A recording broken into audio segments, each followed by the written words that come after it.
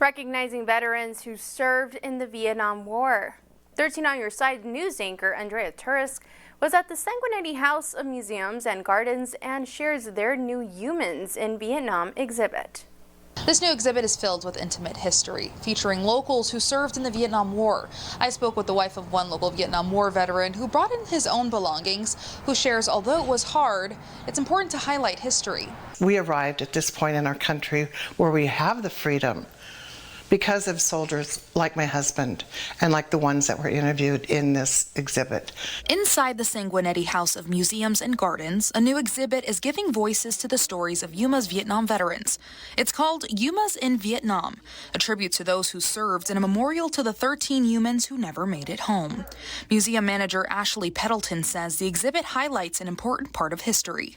Just to be able to recognize those humans that served, that were killed in action, a lot of them knew each other, and providing them with that recognition that they so deserve. Among those being recognized, Patrick Griffin, a veteran who fought in the Vietnam War. His wife Karen Griffin shares some of his personal belongings visitors will get to see when visiting the exhibit. These are things that he was presented or he had while he was served in Vietnam. He's a very proud recipient of the Bronze Star, and he has one of his jackets here with his name on it.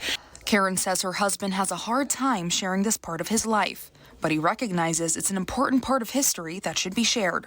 He's very proud he's able to do that. Number one, he got to come home. And, excuse me, I grew up in that era and it was a very difficult time. Through photos and personal belongings, Karen says visitors can appreciate the ultimate sacrifice many made for this country.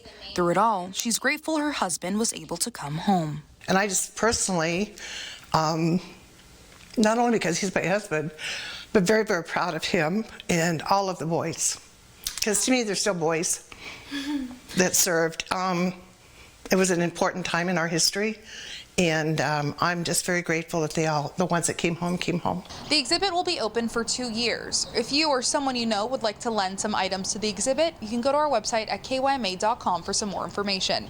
Reporting in Yuma, Andrea Turisk.